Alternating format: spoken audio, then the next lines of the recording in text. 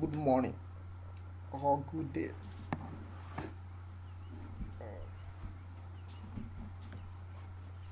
I still remain Mr. Obafemi.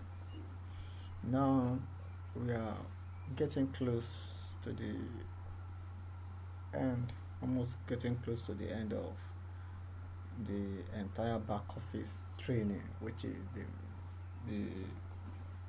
like a administrative end of the software, which there are so many of tools, administrative tools to manage your inventory, to control your stock, to to help you to see your day-to-day daily operation. And now we today we'll talk about, which I will explain further on the next module, which is the module 6. Module 6, which is part of, is another important part of the software too, and which is very very important for, especially for store owner and the store manager also. And okay, let's go straight to the back office. The software which we call ProStore back office. My operator ID is still admin. I'm the one because I have access to every module.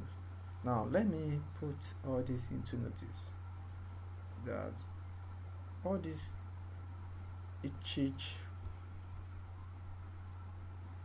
uh, command or labels receive from company master to the end accounting report. Despite there is something we call user privileges, not is only the superior admin, the admin that can see or work on all these things, that can make any adjustment on all them. But if you are a stock manager, there's a limitations of what you can do. You can't do so many things on it. You can't do so many things as a store manager. As based on your period, if you are employed as a store manager, you can do so many things. Like for example, I remember you can check the logs, you can do stock adjustment, you can do another thing you can do. Store manager can do a purchase. You can do a purchase. So you can do maybe settings. You can have access to registration. I'm sure of that. You can access to registration. Registration of staff is disabled from store manager. It's only the store owner that have access to that. You can access to, I believe there is access for him to POS report, accounting report, and so on and so forth. But there's some privileges that they can do, and also for uh, the the front office, which is the cashier. Cashier only for cashier. There's no way cashier will see back office based on how this design of this software has been done. Immediately when cashier log in with his password, he goes straight to the front office where he can sell directly, and nothing, nothing can do it. Sometimes some cashier with experience has never even see how the back office look. Most of them they didn't know how the back office look. The only thing they are familiar with is the front office. Sometimes when they see the back office, most of them will look surprised that imagine this. It means that this thing has so many things that they used to use. It has so many. Now let's go straight to the module 6. Module 6 is not too much. I believe module 6 should not be less than maybe module 6A and module 6B if I could manage the time very well on this training.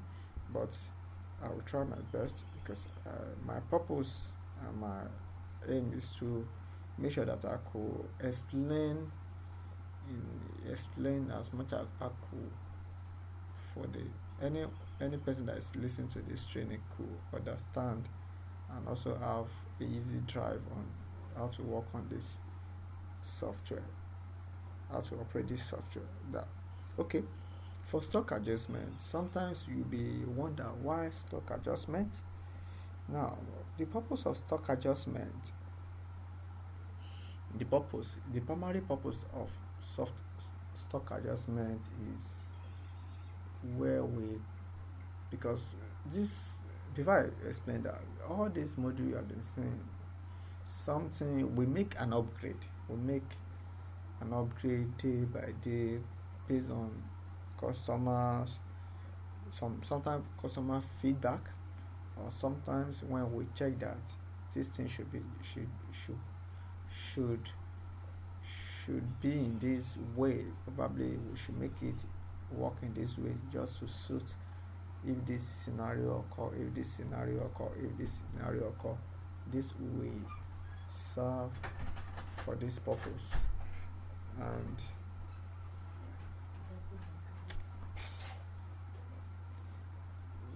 this thing will serve this purpose, this thing will serve this purpose. Now,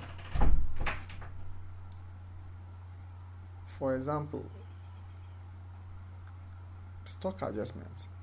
The purpose of stock adjustment is when you have made a purchase and your purchase is you have placed all those items on the shelf, and probably, I'll give an example, probably particular product, let me say one naan, let me say product naan.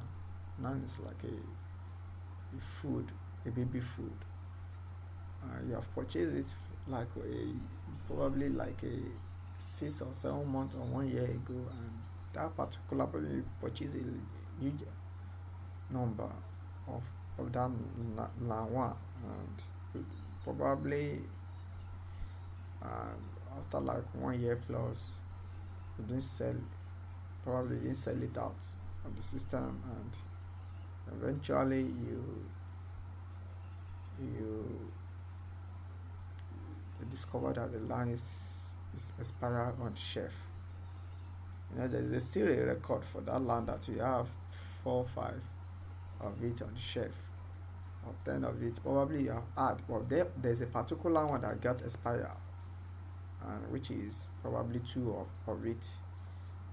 Is an expired product. You just need to, you can't sell it out, and you can, it's like a loss to the store, but you need to balance, you need to remove it from the shelf, because it's not good to sell expiring product to the customer. You can come to stock adjustment.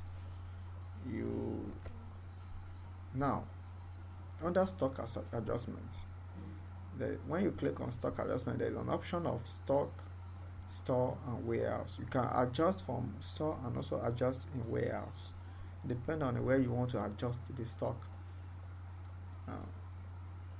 It's still the same scenario that can happen in store, also happen in warehouse. Warehouse, there could be a damage in warehouse, probably where you kept your store in warehouse, rat boggle the place and eat up those items, and it's not possible for you to transfer what rat has eat up in the warehouse to the main store and sell. It's not possible. That one is like a loss to the store, to the company, to the store owner. Now they need to do the stock adjustment for that. Now let's go straight to we are working on stock. Now probably a particular product. Let's just click on load the product. I will just call for any product. If just call for any product. Let me check if there's now. Okay, there is now. Now, see, we have now one 400 gram.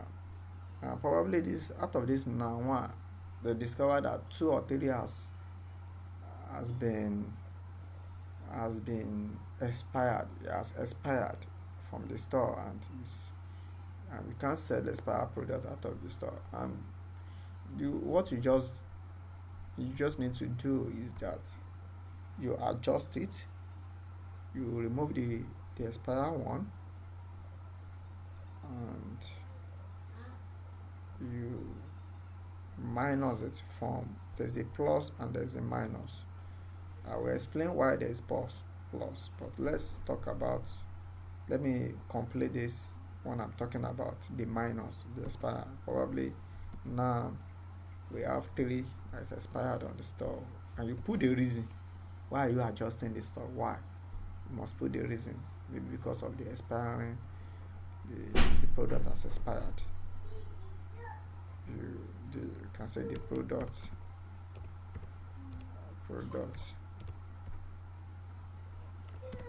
has expired. You can use any word you as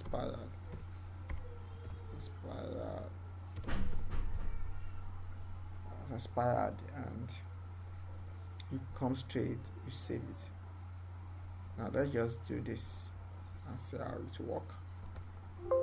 Successfully adjusted and saved.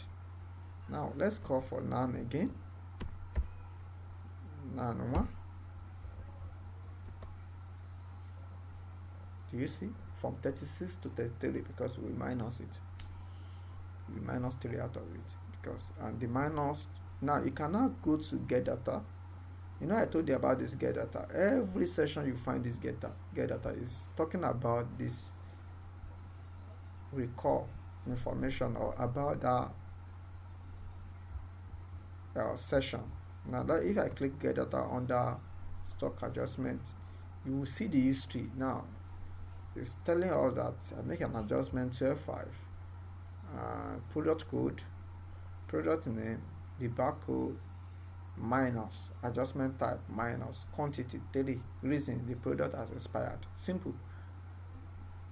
You can export it to Excel. If you have many you have done like that, you print it out, you show your Oga, and Oga can really cross check facts. And most of the store, like a store I know, they will print it out, they will pack all the expiring product or any damaged product that got damaged in the store, and they will export to Excel, print it, and send it to the Oga. Oga will review it, and probably they will destroy it or discard it. I don't know how they do it, but it give you a record that why you have a reduction in your store. And if you are doing a store balancing of a particular product which you purchase sometimes, and you check that from purchase entry, you check that this product should be 40 something, and eventually they said sorry, excuse they sold like 40, they sell it should be 40 something, they sell 40 out. You can, before you come to conclusion, try and check your stock adjustment also to see if there is a damage or anything happen. Now the purpose of stock adjustment is that, let me just finish minus. There could be a lifting, product lifting in the store. That one do happen in most of the store, that they will shelf like an item up to 20, and they will discover that they are seeing 18 or 17, probably all these small items that when people come to the store, they can easily put it under their trouser, under their clothes, or put it that they will easily hide it out from the store. And if your staff or security, they are not at their feet, those kind of people escape. Now the only way is that you just need to come to stock adjustment after you have done your stock reconciliation and counting, and you have found out that probably this thing was stolen within the staff or within the the the people that come in to buy from you, and you still need to come to stock adjustment and adjust it. Stock adjustment is different from from this from let me show you from purchase return, because don't mix them up, because I've talked about purchase return in module 5. Stock adjustment is different from purchase return. Purchase return is what you buy from supplier that got damaged before they give it to you, and you can't pay for what they have damaged before it arrives to your shop. Okay, that is the difference. Purchase return, you return it back to the owner, to the person that supply you that. Now, but stock adjustment is something that you have already confirmed good that you have confirmed that is okay, and you are selling it, you have placed it on your shelf, and something happened to it during the process. Now, it could be stolen, it could be and it could be damaged also. Sometimes, let me give you a scenario that probably you have a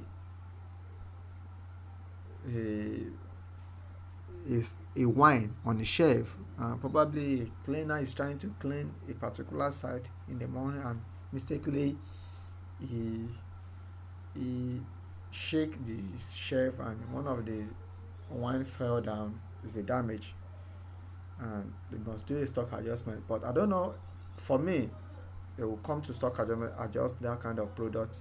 But any discipline they want to do, but most of the store, if it's a damage from the staff or carelessness from the staff, they will sell it out for that staff.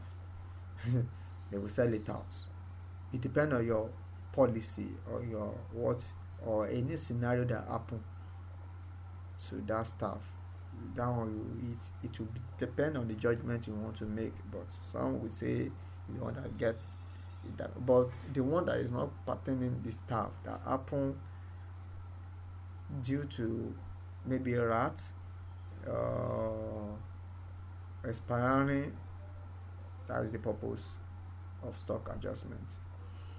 And also, you minus it out from the, you can use the word minus. Now for plus is like adding up. Now sometimes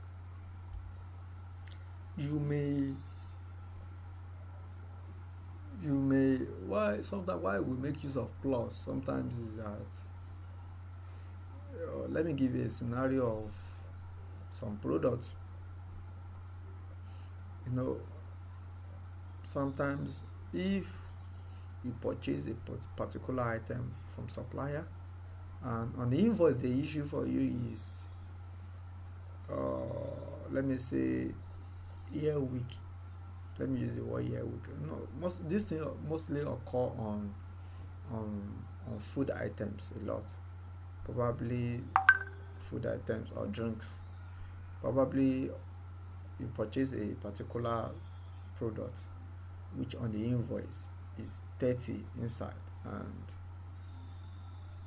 and because your manager, after you have seen the pack or the carton, he enter the figure on the invoice, and eventually when they are placing it on the store, they find out there is a bonus. Let me use the word bonus, or like a bonus, maybe 2 or 3 pieces they add on it as a bonus, and they can come back to stock adjustment. Maybe the product is, let's just pick any product again, maybe Nasco. Let me use Nasco cornflakes 350 gram. It's 9. When they make a purchase, probably they have add 9 of it, but when they have opened the carton, they see like an extra of 2, or extra 1 or extra 2 on it, which is like a bonus. But officially on the invoice officially on the invoice it's not, but because they have a extra bonus, maybe they are doing some promo, it's a promo time. For the stock manager, for the store owner, if you want to sell it in the main store, it's fine and good. If you want to take the bonus as his own personal belonging, fine and good. But if you want to sell it, you can come to stock adjustment, say NASCO 1+1 or +3 +2, and let's see additional extra. They can use the word additional or bonus. Additional bonus, you can say additional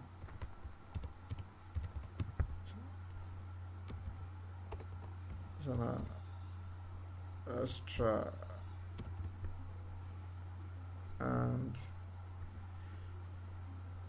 save it. Now let's go back to NASCO.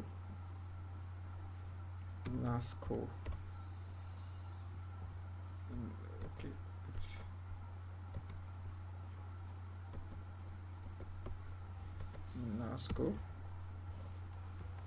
NASCO 350. Now from 9, because I add 2 to it, making 11. Now if I go back to get data, you will see the purpose of this.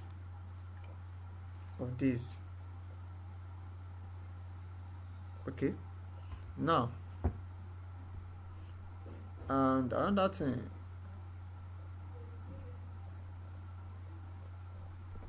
now the purpose of I've explained the purpose of stock adjustment, and stock adjustment is very easy to use, and you can just use it to do plus and minus. And if you are sorting for a product, also if you have a barcode for the product, you can scan, like for example you can scan to pick up the product instead of using this to search by name. Like for example, let me see this product.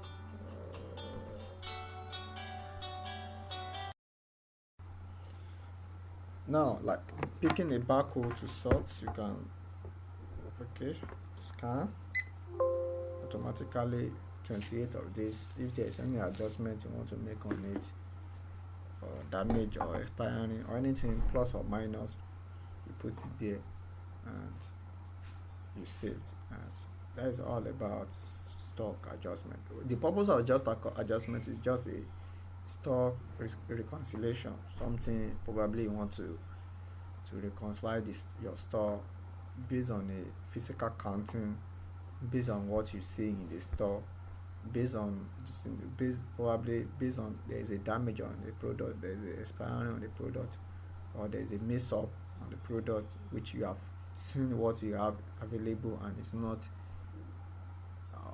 equivalent with what is on the system. Because physical counting in your it must be it must be the same with what on the system, because the system must dictate what you have on the physical counting. That is how you have a balanced stock. Okay, thank you. Now for stock adjustment, let's move to warehouse. It's still the same thing. There's no any differences. You just pick your warehouse. The only difference, you pick the warehouse you are looking for stock. The only product that are available on this warehouse is 2, and if there's a damage on this, you select, you put the purpose, maybe by rat damage or by anything or expiring. If you are done, you are saved, you click new and you select another warehouse. If you have so many warehouses, there's no any store in this particular warehouse. Let me check. No, there's a product. Okay, pick, let's assume is a damage US. It's still the same scenario that I'll call the same way. You adjust and you save, and you can check record also under warehouse. You can pull it out Okay, and for we have done on store and warehouse under the stock adjustments. Let's move to rack. Rack. The is rack is another items, another control. Let me use a control measure to manage your stock also. But the purpose of the rack is that most of people use, some people use it, some people does not use it, but it's an additional value on the system. If you want to make use of it, you can make use of it. Now let me give you an example. The rack, like you want to place on the system, how you place your physical rack and what you place on those rack, you want to analyze it on the system also, that on particular shelf there is a soft drink. Maybe you create a session which is normal in the store.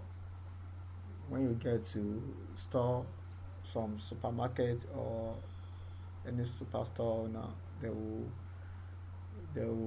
say like this applicable a lot for supermarket. There will be a soft drink session, there will be a cosmetic session, there will be a energy drink, there will be a different session, there will be an electronic session, grocery session, and all those sessions there's a rack under them. When you get to those sessions, you will see they will place rack 1, rack 2 for grocery, like ShopRite. Now when you get to grocery session or electronics, there will be a rack 1, rack 2. Now all those rack, they name them, and each rack there is a particular product that fall on each rack. Now let me use this one as an example. For example, let me say soft drink rack number, soft drink, you name it soft drink chef 1, and soft drink that soft drink 2 chef 1. I'm just using an example, and let's create another rack new. Let me just create another as a practical. Let me say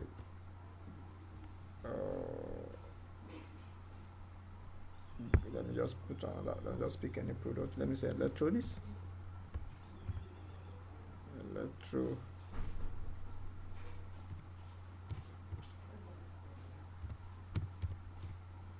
Electronics rack.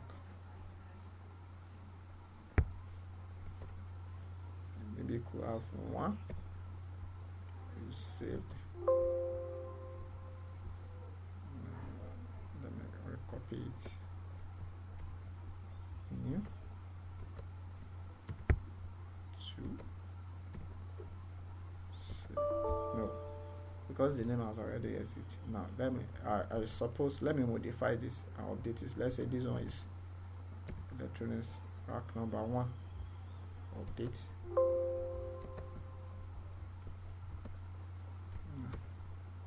There will be 2. Rack number 2 for electronics. Okay. 2. Go have a rack up to 3 or 4 for electronics alone. Save. Okay, no shelf number, could be shelf. You can put it 1. You can name it 2, depending on how you arrange your shelf. You see, okay, I've created electronics 1 and 2 as a rack, which is actively there's product on them. Now you just create them here, and you can also delete. And when you click uncheck this active, it means that the rack is not, there's nothing on them again. They are not active, they are not functioning in your store. In your store. Now let's now go, there's a place we need to go and place product on them. Now let's go to that place. You can use this, the purpose of this rack is that you can create those rack as they are. As you position your store arrangement, you can create them here, name them that electronics, soft drink, grocery, cosmetic, energy, household, and so on and so forth, and etc. and etc. Now we are done from here. We have created another additional two to this one, to soft drink 1 and soft drink 2. Okay, let's go to product location. Now this is where, because they are interlinked, rack and product location are interlinked, they work together. Now we now need to place product on the rack. This is why we call this one product location. You click on product location. Now you location info, you click rack number. Which rack are you placing this to? You electronics 1, product code. You select product. Let me just look for the product.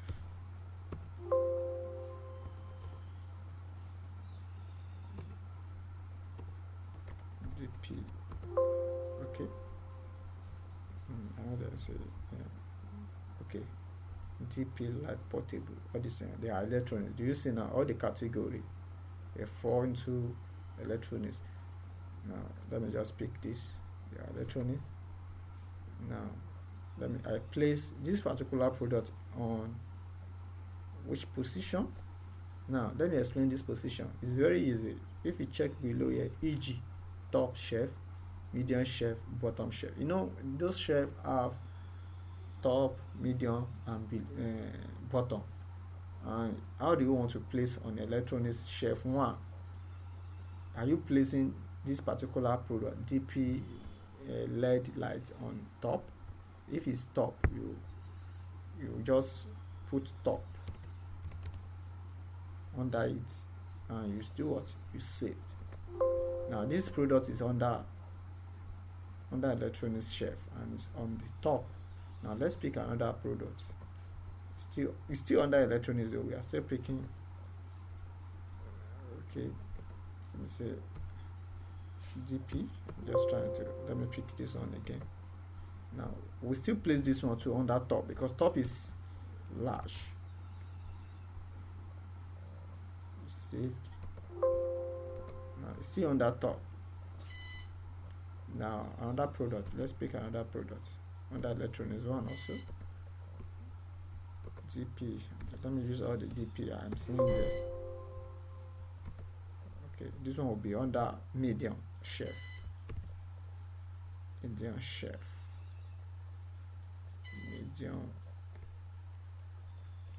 Medium shelf. Can write it, finish it, depend on you. And you save it medium. And so on and so forth. You can create as much as how you want to place all your products, and for on the still, we are still under electronics 1, electronics shelf, under DP. Probably this. Let's place this one under bottom. All these are store managers' work. They are the one that are supposed to help you to arrange. When you have a store manager, he's the one that should place all this. Now for him, it makes sorting so easy for him. If there is a mix-up or missing items, he can go straight and check product location and scroll down and look for a particular product that I really want to work with. Probably I'll replace this thing on the electronics shelf, and when he check and he sees the record, can also have fact that truly it was placed on. Everything is well. That is the purpose of product location, and you can curate as much as possible. Just create your shelf through, create your rack through racking, and you place it on that product location, and fine and good. Now let me go straight to, I want to complete this module on, let me just go straight to Let me see how many. Let me just check my time to see if okay. I can stay out up to 10 minutes to this. Now let's go to payment. Payment. Now, you know, in module 5, is it module 5 or module 4, which I explained about purchase, that you need to pay your supplier anytime your supplier supply you a product. That I told you that when we get there, we talk about that. Like for example, this particular supplier is having balance of 66,980 something naira. Now this is where purchase coming, payment coming. Now under payment, when your oga, or maybe store is the store owner, which is the oga of the store, has paid the supplier through any means, probably through cash, through bank transfer, through check, but you still need to balance your record on the system, on the software also, that you still need to have all to day-to-day record. How you people, when you make a purchase, how you pay it to the supplier, because record must keep your, if you have your own record, your how you, maybe the store owner has write a check, but still need to have that record also, that should tell you that you are not owing this person as you are bringing those items into the software. Now for example, let's pay this supplier, general market. Now do you notice that the same amount as that is under product master, where you are trying to enter your under purchase, when you are trying to enter your inventory, your restock inventory, same amount as under this supply is still the same amount that is showing a balance of 66,982 something. Now it's still the same amount. Now are we paying the supplier after we have made a purchase? Yes, we're supposed to pay him. You may pay him physically, but you must bring those, you must let it reflect on the software, on your back office software, that you have paid him of this product. Now let's pay let's say you paid him by online transfer. How much? 66,000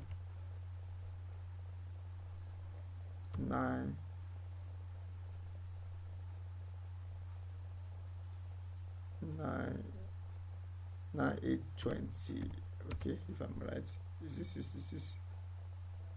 1 2 3, yeah, it's 66, yeah. Okay, this is the total amount. Now payment mode details. If you are paying by transaction or / check number, you can put the check number. Probably if I'm using check, you can put the check number, yeah, below, and the bank probably, yeah, or you can say GTB, you can say our GTB bank check number, so amount, and you can place a remark also that we have paid him for the supply goods under the remark, and you now click on saved. Automatically we have paid this supplier. The last, we are not owing any money anymore. Now let's check, get data information. You can see the amount, transaction amount, the supplier name, general market, payment mode by online transfer, and we didn't place a remark. This is why we can't say remark, and it will list all your payment below. And you can also sort, you can search by supplier name, you can search a statement, payment statement. How do we pay? Probably want to check, like on the one, if there's a transaction under the one, from on the one to on this, and you click get data, it will sort it out for you, and so on and so forth. Now Okay, let's confirm, let's really sure if we have paid. Now let me close this. Now let me pick the supplier again, general market. Now the balance is 0. Now if you are not sure under this payment entry, let's go back to purchase, where you do pick the supplier to make a purchase entry. General market, you see it's changed to 0 also. You see we are not owing any money. Now let me try and do a experiment on other. Let's pay system home care. Now we are owing system home care 30,000 to 302. Do you remember that under system home care, when we are explaining about purchase return now, which I explained that automatically any return you make under purchase return, it will deduct the money. Let's check the record of purchase return we make yesterday on the training. We make a return under system home care of almost going to 4,000 naira, and the actual amount we're supposed to pay this person initially on the last purchase we made under system home care should be this amount. Sorry, I want to be sure of. There should be a particular. Okay, it's not showing us, but we make a return of 4. It should be 44,000 plus, if I'm right. It should be 44,000 plus when we make a purchase. Then purchase entry, let me check this place. Okay. The last transaction we made, which is subtotal of 44, you see 34,040 naira. That's the last payment we made with this purchase entry we made. Purchase entry by 11/5. Do you see?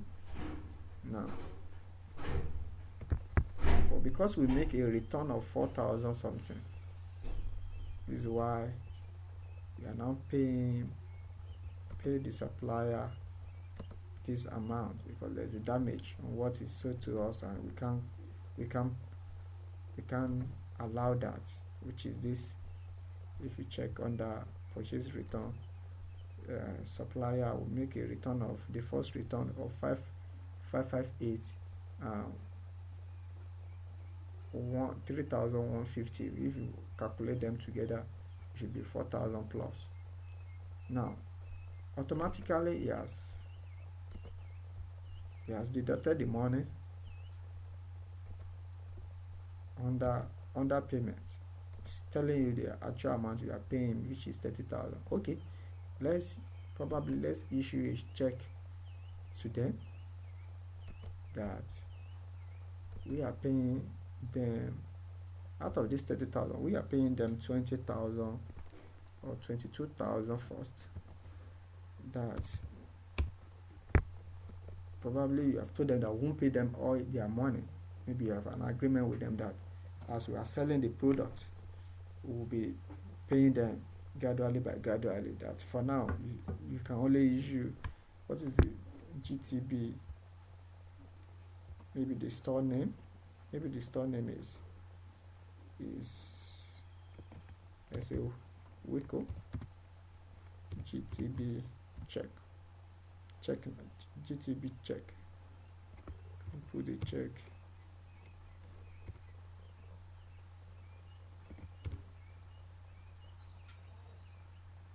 Check number. Check number 00. Check number on this, and 22,000 naira. You can pull a mark advance payment and advance